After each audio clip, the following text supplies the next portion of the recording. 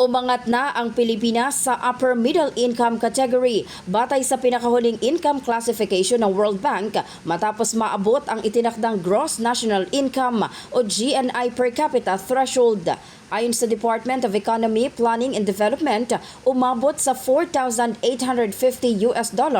ang gross national income per capita ng bansa noong 2025. Mas mataas sa itinakdang $4,636 ng World Bank para sa upper middle income economies.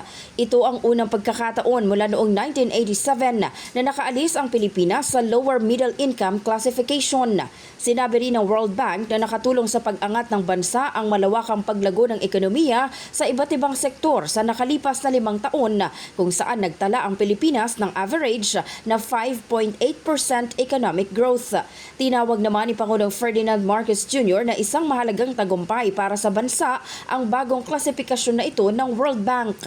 The Philippines has officially become an upper middle income country.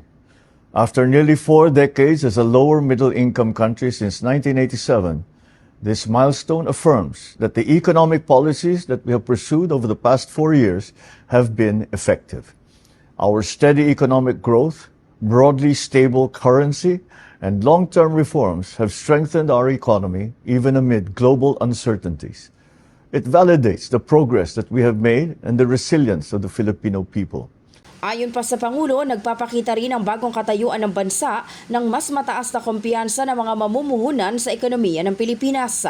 Anya, inaasahan itong magbubukas ng mas maraming negosyo, dekalidad na trabaho at mas maraming oportunidad para sa mga Pilipino. Gayunpaman, iginiit ng Pangulo na hindi dapat manatili sa papel ang pag-unlad ng ekonomiya at dapat itong maramdaman ng bawat pamilyang Pilipino sa pamamagitan ng mas maayos na kabuhayan at mas magandang kalidad ng buhay. This is worth celebrating because economic progress is not meant to stay on paper.